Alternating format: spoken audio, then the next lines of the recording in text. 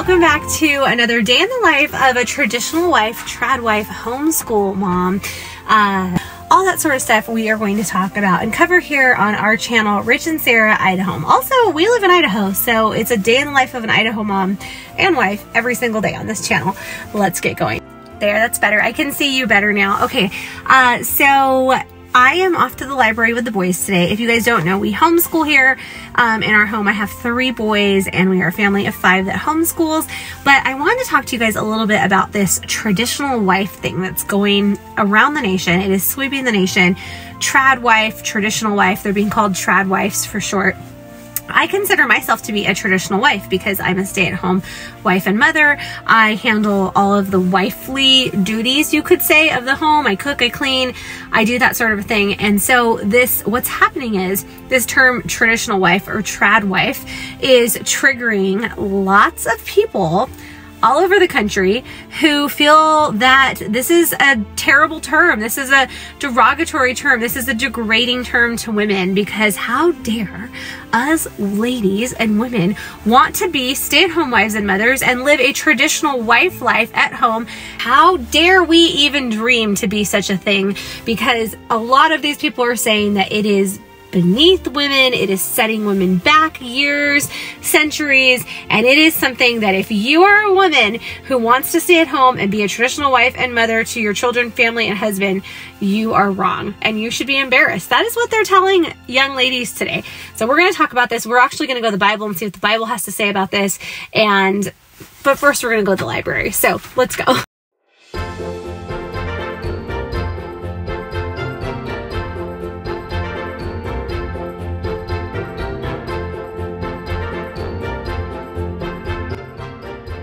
All right, guys, we stopped off at the park for a little bit in our community. It's muggy today. I think muggy is the word we're going with. I'm like sweating like crazy. It's maybe 72 degrees, but it's kind of overcast with sun, if that makes sense. So we are just kind of watching at the park as they get our pool ready, because Friday is the day that the pool opens up in our subdivision. So we're just kind of watching them clean it out and put chlorine in. 2 more days. All right, everybody, we are back home now. And I have a reading lesson to do with Jacob. But before I do that, I am going to make Tedlasso biscuits. I know, if you don't know what that is, if you don't watch the show Tedlasso, that's okay. So we're a big soccer family, and Rich and I watch Tedlasso. The kids do not, because it's like highly inappropriate for kids. And honestly, I'll be completely honest with you guys, this season 3 is like inappropriate, I feel, even for me as an adult. So I don't know how much longer I'll be watching Tedlasso. But he's a soccer coach that goes over to England. He's not a soccer coach to begin with. He is a football coach, American football, and he starts finding himself coaching football, so like English football, so soccer. Tedlasso makes these little English biscuits, which is the English word for cookies, for his boss, who is the team manager, the team owner, excuse me. And so he always makes these little like biscuits for her when they're gonna have a meeting or talk. It's kind of his thing. So tonight, Rich is having the meeting with all these coaches, and I said, how cute would it be to show up with this little box of biscuits? So I found the Tedlasso biscuit recipe, which is supposed to be amazing, and that's what we're going to make right now. So I have never made these. I have no clue how they're gonna taste, but I'm gonna take you all along with me, and I'll leave the recipe linked below. First, I just made nachos for my oldest. There you go, sir. This is just a side note, but one of the things, of the many things I love about having my kids home for homeschool, is that I can make a hot lunch for them every single day, or some sort of a meal for them for lunch every single day. And it just kind of has that closeness to have 3 meals together every day. All right, so we need 2 sticks of butter that have been softened. It said unsalted butter. I only have salted, so I'm gonna use that. And then I'm just gonna put them in my KitchenAid mixer, and we're gonna let it just kind of whip up for a few minutes.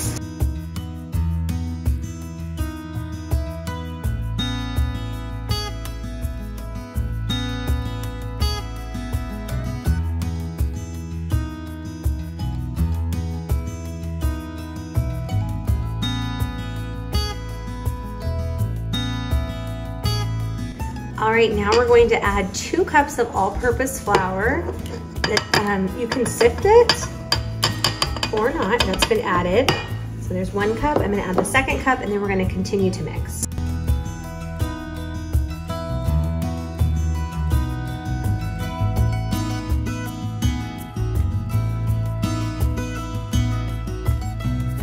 While that's whipping up in the mixer, I'm gonna have a sweet tea break.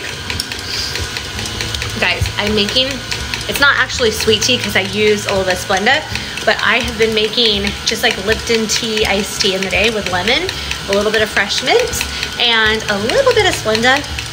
So good. Okay, so now the biscuit recipe calls for 1/4 of a teaspoon of a coarse salt, like a kosher salt. Because I use salted butter as opposed to unsalted butter, I'm just gonna put like a pinch of salt because I don't want these to be overly salty.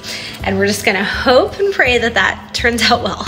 And that is all I'm going to use. I'm just gonna mix it a little bit longer on low. All right, the consistency of this kind of cakey dough looks like we are done. I'm going to take my baking sheet and I'm going to just kind of butter it up a little bit, and then we're ready to start placing the biscuits in and bake them. Now you have your dough and your greased pan, and you are going to want to kind of smooth this out to no more than 1/2 inch in thickness. And then we're going to place it into the refrigerator for 30 minutes to chill before baking it. Okay, so now the dough has chilled, and it says to slice it into rectangles or squares so that it can then go into the oven. So I'm taking a pizza cutter, and I am just going to do, yeah, like little squares. So I'll show you when it's done. All right, here are the little squares. They're not perfect, but that's okay, they're homemade. And I'm gonna place that in the oven and let that bake. I think it's about 30 minutes. Let me double check on that. I almost forgot this part. You're going to want to preheat your oven to 300 degrees. Okay, it says bake for about 45 to 60 minutes or until it's like a golden brown and the middle is firm. So here we go.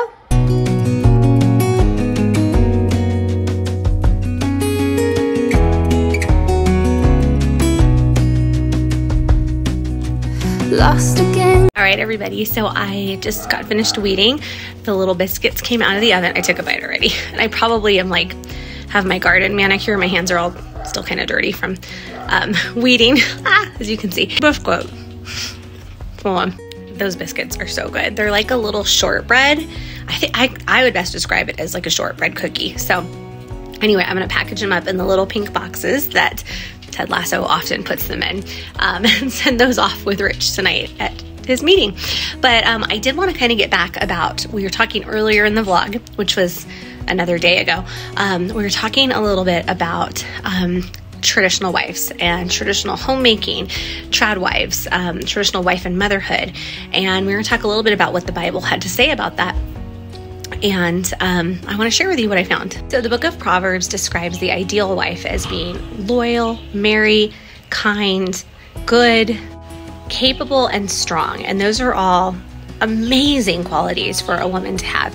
And when you look at it by the world standards today, who is trying to push on this stigma of something, you know, that being a stay-at-home traditional wife is bad or wrong. But then you look at what God has to say, it's the complete opposite of what the world is telling us. The world is telling us that if you are a stay-at-home traditional wife or mother or trad wife or anything like that, that you are considered to be like weak and you're under your husband's rule and you don't have a self and you are all these things that are completely contrary to what the Bible describes as a strong woman in Proverbs. Satan continues and will always continue to lie to us, right? He is the ultimate master of deceit. And so this idea that being a traditional wife or which means being like a helpmate to your husband, helping your husband become all that he can be and following the biblical order that God has for us, the design that God has for us, is something that's wrong or makes you less of a person, less of a woman, less of a self that you have, is a complete lie of the devil. And the world right now is spinning out of control. Of course, Satan has his reign on a lot that's happening in the world today. So I encourage you, women, wives, mothers, to open your Bible, look through it, see what God truly has to say, compare it to what the world is telling you, and you will see what is good and true and the difference. So that's going to do it for me today, you guys. I hope you enjoyed today's vlog. I will see you back here maybe tomorrow with another day in the life of a traditional wife. We'll see you guys next time. Bye.